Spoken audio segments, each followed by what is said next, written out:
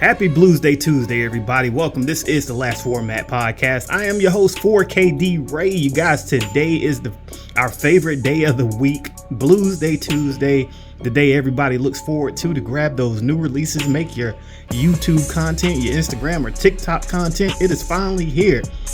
But before we get into what's releasing today, you guys, last night I sat around and I was thinking, what could lead Best Buy into bringing back physical media? I've got some thoughts. Let's discuss it. But before we get into that, this segment is sponsored by Neumi Tech. Neumi offers quality audio products at an unbeatable price. The Neumi BS5 bookshelf speakers are tuned for a neutral sound signature. These front-ported speakers house a 1-inch silk tweeter and a 5-inch fiberglass woofer. An advanced crossover design creates harmonious transition between the woofer and the tweeter. Neumi also offers a center channel speaker that is rear ported and houses a 1-inch silk tweeter and dual 5-inch woofers. Build your home theater with quality products for not a lot of money by purchasing Neumi branded electronics.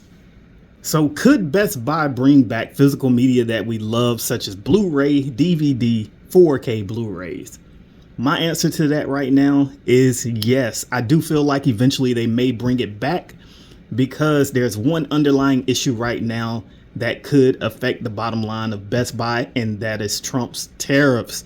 Now, as we speak right now, South Korea is currently holding negotiations with the United States as far as seeking to delay the implementation of tariffs as long as they possibly can. Now, one thing we do know, the leading manufacturers right now of 4K TVs is you got LG, Samsung, and Sony. Now, currently right now, Samsung and LG are currently made in China, South Korea, Poland, and Mexico.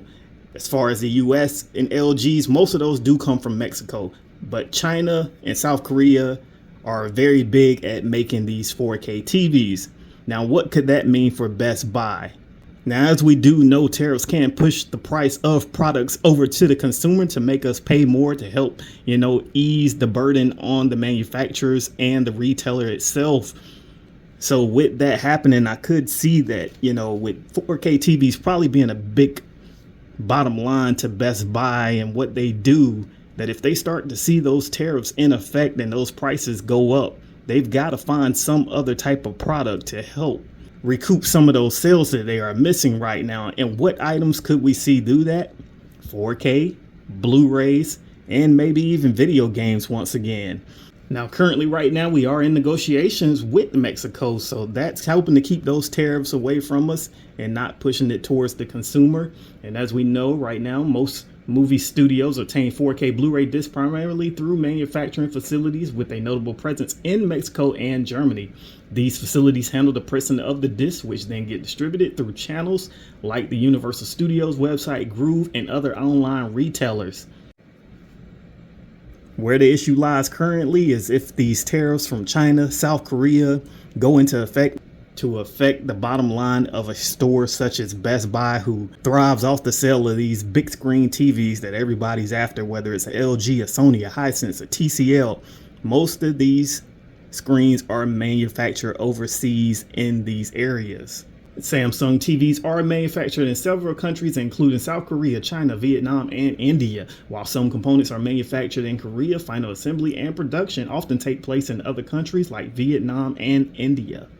LG TVs are manufactured in various locations, including in South Korea, Mexico, Indonesia, Poland, and China. Specifically for the U.S. market, LG TVs are assembled in Reynosa, Mexico. While assembly is done in Mexico, the display panels and other components are sourced from different locations, including South Korea, China, and Vietnam. LG also produces OLED panels in South Korea. Now, South Korea says the priority was delay the tariffs as much as possible to help reduce the uncertainty that the country's businesses face in the global market. From our national interest perspective, the idea is to negotiate as much as possible and wrap it up under the new government. So you all let me know if you're watching this over on YouTube. Let me know how you feel about this.